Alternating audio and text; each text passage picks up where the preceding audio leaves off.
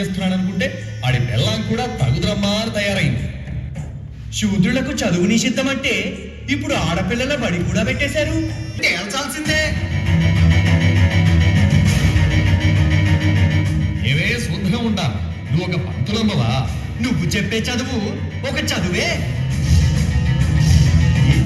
ఈ అవమానం చాలదు. ఇలాగే బరి తెగించావో చూసుకో, నడి రోడ్డులో శిరోముండనం చేయిస్తాం. జాగ్రత్త.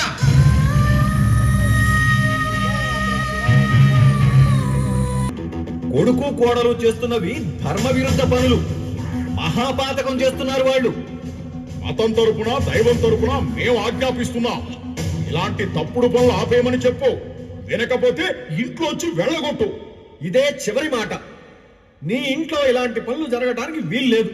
పెద్దలు, మీరింతగా చెప్పాక తప్పకుండా వాళ్ళతో ఆపిస్తానయ్యా. ఏదో పిల్లలు, వాళ్ళని శపించకండి బాబయ్యా, శపించకండి. తగని పనులు మానుకోవా? కూటికి గుడ్డకు రాని ఈ బడులు మూసేయిరా. కూటికి గుడ్డకి లేనోళ్ళ కోసమే మేం బడులు తెరిచింది బాబూజీ. మా కూటి కోసం గుడ్డ కోసం కాదు.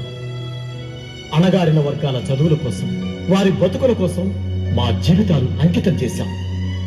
మధ్యలో మా ఆశయం నుండి పారిపోలేము. నలుగురితో నారాయణ, కులంతో గోవింద అన్నారురా పెద్దలు. నాకు పని లేదు. పని పాట లేకుండా మంది మీద బతికే ఆ పూజారి వర్గంతోనూ నాకు పని లేదు. నేను నా అంతరాత్మకు తప్ప ఎవ్వరికీ జవాబుదారిని కాను. మా లావు అంతరాత్మ నీకే ఉందండి.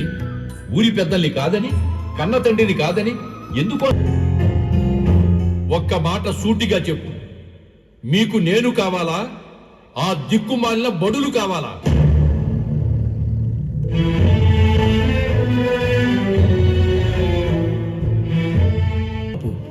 నీ మాటను కాదన్నందుకు నన్ను సావిత్రిని క్షమించు బాబు. సావిత్రి, బట్టలు పుస్తకాలు సర్దు, మనం వెళ్ళిపోతున్నాం.